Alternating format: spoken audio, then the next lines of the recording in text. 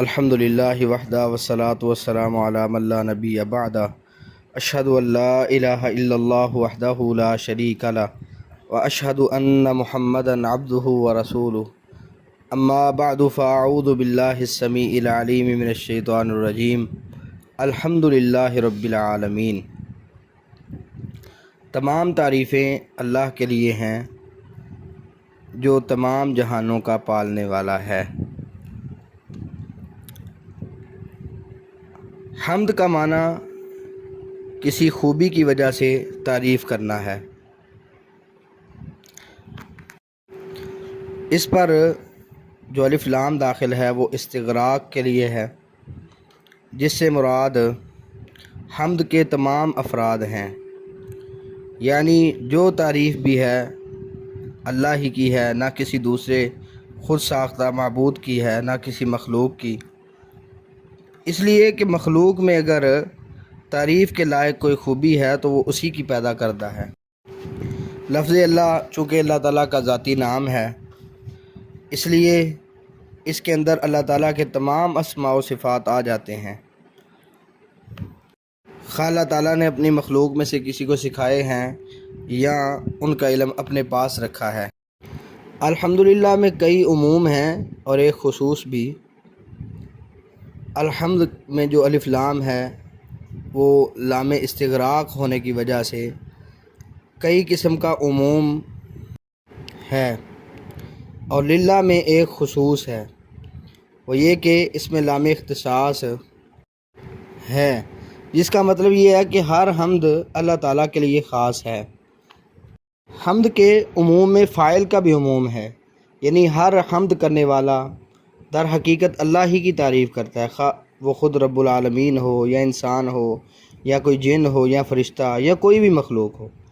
اللہ تعالیٰ قرآن مجید سورۃ الاسراء آیہ نمبر 44 میں فرماتے ہیں وَإِن مِّن شَيْءٍ إِلَّا يُسَبِّحُ بِحَمْدِهِ، جو بھی چیز ہے اس کی حمد کے ساتھ تسبیح کرتی ہے۔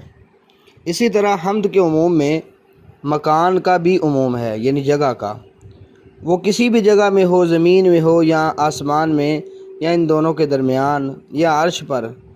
ارشاد باری تعالیٰ سورۃ الروم آیہ نمبر 18 کے اندر وَلَهُ الْحَمْدُ فِي السَّمَاوَاتِ وَالْأَرْضِ، آسمانوں اور زمین میں اسی کی حمد ہے۔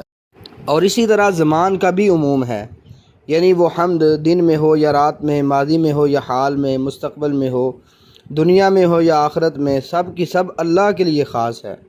سورۃ القصص آیہ نمبر 70 میں ہے وَهُوَ اللَّهُ لَا إِلَٰهَ إِلَّا هُوَ، وہی اللہ ہے جس کے علاوہ کوئی معبود نہیں، لَهُ الْحَمْدُ فِي الْأُولَىٰ وَالْآخِرَةِ، اسی کے لیے دنیا اور آخرت میں سب تعریف ہے۔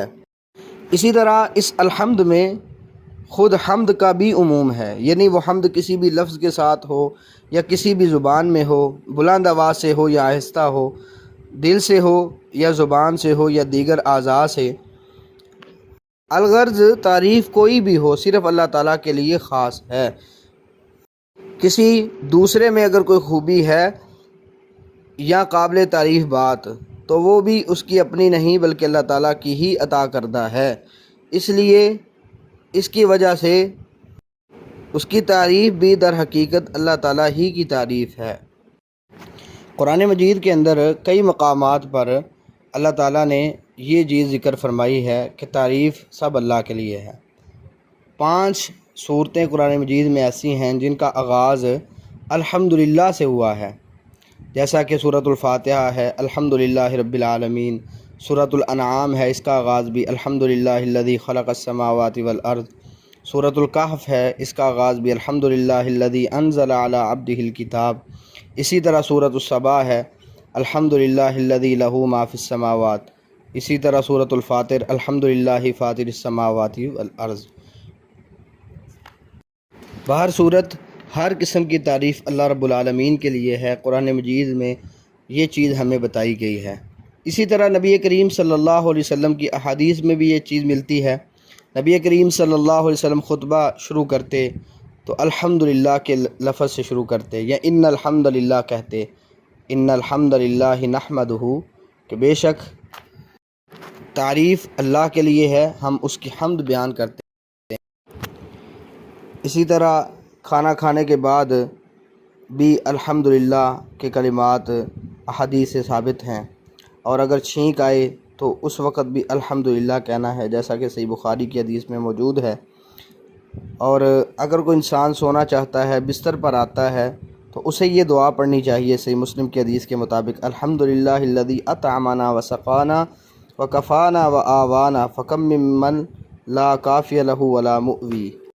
اسی طرح جب بیدار ہونا ہے اس وقت بھی پڑھنا ہے الحمدللہ الذی احیانا بعدما اماتنا والیہ النشور، صحیح البخاری میں۔ قیامت کے دن لوگ قبروں سے نکلیں گے تو اللہ کی حمد بیان کرتے ہوئے نکلیں گے، جیسا کہ سورۃ الاسراء آیہ نمبر 52 کے اندر ہے: یوم یدعوکم فتستجیبون بحمدہ، جس دن وہ اللہ تمہیں بلائے گا تو تم اس کی حمد کرتے ہوئے چلے آؤ گے۔ جنت میں داخل ہونے کے بعد اللہ کی حمد مومن کریں گے: وقال الحمدللہ الذی ہدانا لہذا وما کنا لنہتدی لولا ان ہدانا اللہ، سورۃ الاعراف آیہ نمبر 44 ہے۔ اور جنت میں ان کی گفتگو کا اختتام بھی اسی پر ہوا کرے گا، جیسا کہ سورہ یونس آیہ نمبر 10 میں ہے: دعواہم فیہا سبحانک اللہم وتحیتہم فیہا سلام وآخر دعواہم ان الحمدللہ رب العالمین۔ اللہ تعالی ہمیں بھی ایسے خوش نصیبوں میں شامل فرمائے۔ یہ جو کلمہ الحمدللہ ہے، یہ ایک عظیم الشان حقیقت کا اظہار بھی ہے، کلمہ شکر بھی ہے، اور بہترین مکمل دعا بھی ہے۔ رسول اللہ صلی اللہ علیہ وسلم کی حدیث ہے: طہور شطر الایمان والحمدللہ تملأ المیزان، صحیح مسلم کے اندر، کہ یہ جو پاکیزگی ہے یہ نصف ایمان ہے اور الحمدللہ میزان کو بھر دیتا ہے۔ الغرض کوئی بھی خوشی کی بات ہے تو اس وقت الحمدللہ کہنا چاہیے۔ اس حوالے سے صحیح بخاری میں ایک واقعہ موجود ہے۔ نبی کریم صلی اللہ علیہ وسلم کی ایک یہودی کا بچہ خدمت کیا کرتا تھا، وہ بیمار ہو گیا۔ نبی کریم صلی اللہ علیہ وسلم اس کے گھر میں گئے اس کی عیادت کرنے کے لیے، دیکھا کہ بچے کے آخری لمحات ہیں، تو نبی صلی اللہ علیہ وسلم نے موقع کو غنیمت سمجھتے ہوئے بچے کو توحید کی دعوت دی اور کہا: بیٹا کلمہ پڑھ لے۔ اس نے اپنے باپ کی طرف دیکھا تو باپ نے اپنے بچے سے کہا: اطیع ابا القاسم، بیٹا ابو القاسم کی اطاعت کر لیں۔ تو اس بچے نے کلمہ پڑھا اور اس کی روح پرواز کر گئی۔ تو نبی کریم صلی اللہ علیہ وسلم خوش ہوئے اور ساتھ یہ کلمات کہیں: الحمدللہ الذی انقذہ من النار۔ ساری تعریفیں اس اللہ کے لیے ہیں، تمام تعریفیں اسی رب کی ہیں جس نے اس جان کو، اس بچے کو جہنم سے بچا لیا ہے۔ تو یہ جہنم سے بچنا چونکہ خوشی کی بات تھی تو نبی کریم صلی اللہ علیہ وسلم نے اپنے رب کی تعریف کی۔ تو ہمیں بھی زیادہ سے زیادہ اپنے رب کی حمد بیان کرنی چاہیے۔ الحمدللہ رب العالمین۔ السلام علیکم ورحمۃ اللہ وبرکاتہ۔